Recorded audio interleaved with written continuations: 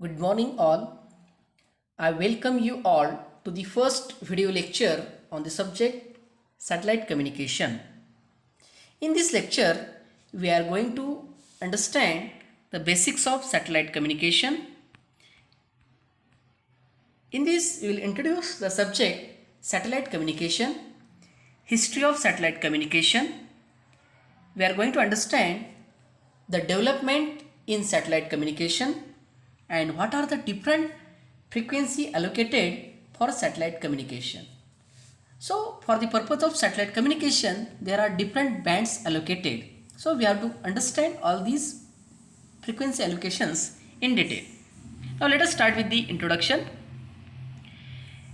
Now first let us understand what is satellite. Satellite is a smaller object that revolves around a larger object in a space. For example, Moon is a natural satellite of Earth. Now let us understand what is communication. Communication refers to the exchange or sharing of information between two or more entities through any medium or channel. In other words, it is nothing but sending, receiving, and processing of information. Now, once you understand what is satellite, what is communication, now we are in position to understand what is satellite communication. If the communication takes place between any two earth stations through a satellite, it is called as satellite communication. In this communication, electromagnetic waves are used as carrier signals. These signals carry the information such as voice, audio, video, or any other data between ground and space, and vice versa. So in this way, the satellite communication is occurring. Now, once you understand what is satellite communication, now we have to understand what is the need of satellite communication. As there are different types of communication available, now we have to understand what is the need of satellite communication only. Basically, there are two kinds of propagation used for communication in the earlier days. First, ground wave propagation. This communication is suitable for frequencies up to 30 megahertz. Second is sky wave propagation. This is suitable for frequencies between 30 to 40 megahertz. So in this both type of communication, the maximum station distance is limited to 1500 kilometer only. But this limitation of terrestrial or conventional communication system is overcome in case of satellite communication. In this method, satellites provide a communication for longer distances which is well beyond the line of sight. Since the satellites locate at a certain height above the earth, the communication takes place between any two earth stations easily via a satellite. So it overcomes the limitations of communication between two earth stations due to earth's curvature. So because of this earth's curvature, that long distance is covered, hence it is more convenient as compared to the conventional or terrestrial communication systems. Are you clear with what is the need of satellite communication over the other communication available? Now let us understand how the satellite operates or works.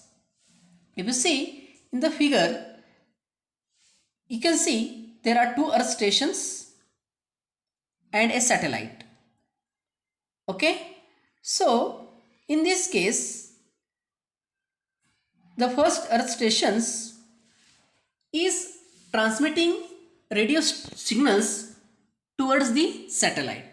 So this process is called as uplink process, and the frequency with which this process is occurring is called as uplink frequency. Now if you see the satellite in the middle, This satellite is nothing but it is a body that moves around another body in a particular path. Okay, and this satellite acts as a repeater. So what is repeater? Repeater is a circuit which increases the strength of received signal and then transmits it again towards another earth station. So this repeater acts as transponder. That means it changes the frequency band of the transmitted signal from the received one. Okay, so it modifies the frequency whatever is transmitted from the one earth station. Okay, so in this way, these satellite act as a repeater as well as transponder. So whatever signals we are receiving, that is energized and sent towards the next earth station. Now when this satellite transmit the radio signals to another earth station, this process is called as downlink process, and the frequency with which the radio signals are transmitted is called as downlink frequency.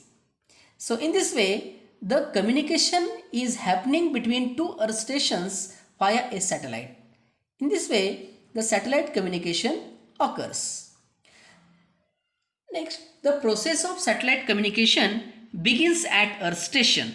Here, an installation is designed to transmit and receive signals from a satellite in an orbit around the earth.